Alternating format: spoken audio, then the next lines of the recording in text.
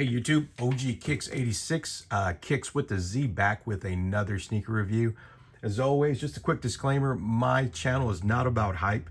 It's more geared to helping somebody make a buying decision one way or another. Anyways, with that being said, let's go ahead and get right into it. So what we have here today is going to be the Air Jordan 8 Retro, white, black, and true red. So let's go ahead and get this box opened.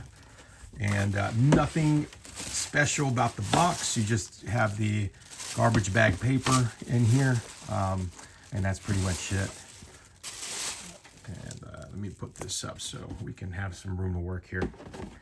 All right, so these are also known as the Bugs Bunny 8s. These released on, I think, December the 20th, last release of the year. I was able to pick these up from JD Sports the day that they released. And I think the out the door price for me was right around $232. I think it was like $215, $220 for the retail price. So just a very, very nice classic Jordan shoe, Jordan 8 to be exact. So this one, again, Jordan knows what they're doing. These companies understand what they're doing. They are basically feeding off that nostalgia that we have as far as us millennials.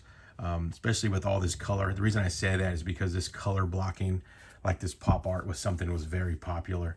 The other thing too is just the chunkiness of the shoe. I was just thinking about it when I was looking at these, and there was a cartoon called Mighty Max back in the day. It was this guy that had like a magical hat, and he traveled like with this owl or whatever. Anyways, he had chunky shoes. That was one of my favorite cartoons.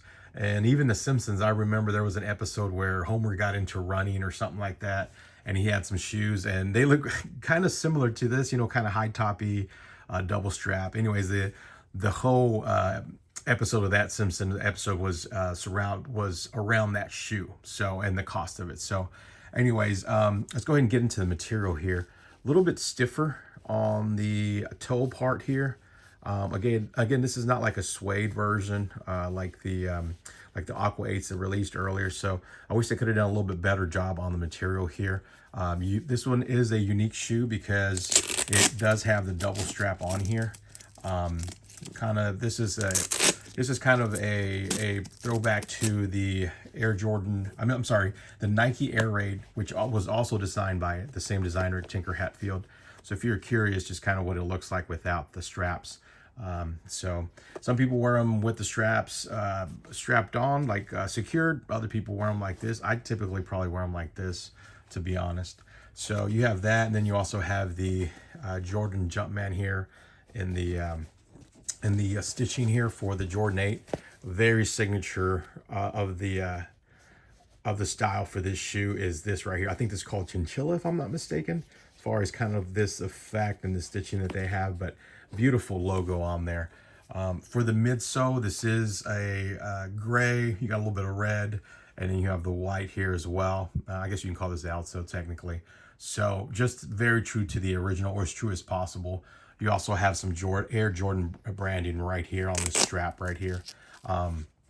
For the outsole, or for the sole of the shoe, I'm sorry, you have the same kind of pop art here, Jumpman. You have some gray and some white here. Very good looking outsole in my opinion. So here goes the back of the shoe. Nothing to write home about. I think maybe they just kind of let the texture do the talking here. Don't love it, don't hate it. I think it works with this shoe though. And then on the inside part of the shoe, again, you kind of have something here. I've always thought that they left this here because they might have wanted to put pods here, and maybe it might have been too much. I don't know. That's always kind of thrown me off a little bit on these. So, but write it down on the comments below if you know by chance. That'd be kind of cool if anybody has any insight on that. So, again, the left shoe is exactly the same as the right shoe. Comfort. These are comfortable. Just quick disclaimer: I am in Texas, so even in the wintertime, it's kind of warm. So these are definitely not a shoe that I would wear in a Texas summer, not for extended periods of time, especially if I'm being outside, because these are not breathable. They look great on feet, but they're not breathable. And the main reason for that is because they do have this kind of inner booty, kind of like a Huarache almost. So it's going to do a very poor job of it to pick this up. But basically, these two pieces right here, that is the inner booty. That's what you actually slide your foot into.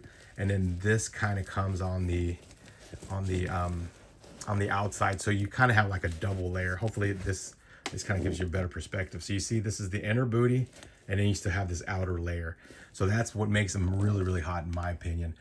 They look great on feet though, don't get me wrong, but they are really hot. So just word to the wise. The other thing I will say is you do have the black sock liner in here, obviously, like I was showing you. And then we'll take a look at this insole as well. Yeah, oh man, if that's not 90s, I don't know what is, man. This reminds me of Saved by the Bell, something like that, you know? So, but anyways, just a beautiful shoe. Comfort, they are comfortable. I'm not gonna lie, I find these very comfortable.